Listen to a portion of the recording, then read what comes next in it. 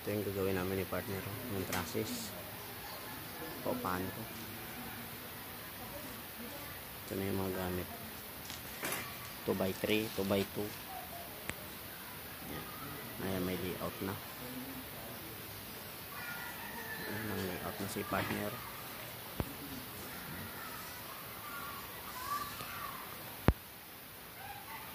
Yung may tansi na walang din makita. Na, isa na lang ang kulang yung 2x4 na yan, no? Isa, dalawa, tatlo dapat yan dito sa gitna. Medyo mabilis kasi dalawa kami kabilaan. Yan ang partner. Bale yung pahabang ganun, tatlo, 2x3, 2x3. Puro tubular ang gamit natin dito, 2x3. Tapos yung pahabang ganun, 2x2, 2x2 yan. Isa, dalawa, tatlo, apat, lima, anim, pito, 8, siyam, 10, 11. 11 2x2 na pa ganito.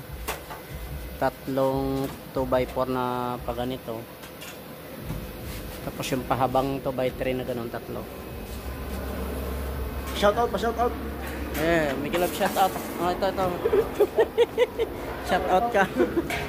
So, bubong na lang kulang nito. Monday, tapos na to. Isang araw lang namin tinira ni partner to.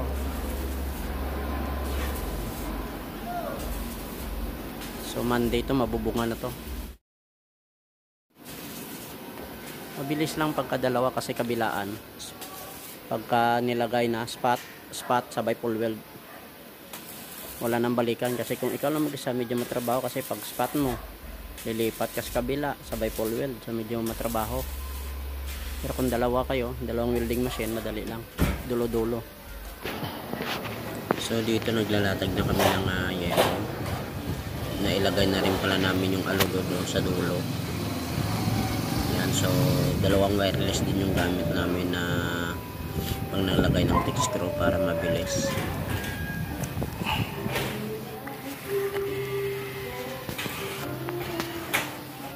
Yung thick screw na gamit natin dyan is yung haba nya is 2, tapos yung ulo nya 8.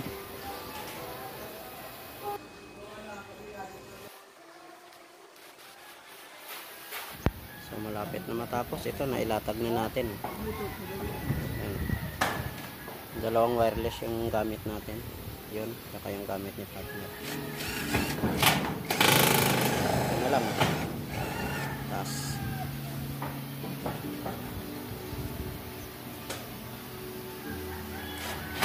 Paglagay namin ng thick screw na yan, yung pinakalas na yero may tanda tulad nito. Yan, pinakalas yan, patong yan yan, bago mo ilagay to, ilagay ka muna tanda dyan para hindi ka maligaw kung nag-ilagay ka ng thick screw.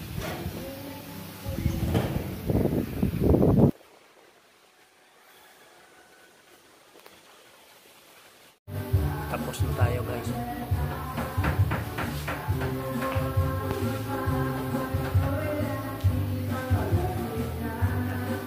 Sentadahan pa yan dyan hanggang taas, lalagpas pa dyan sa yero. Ganon din dito,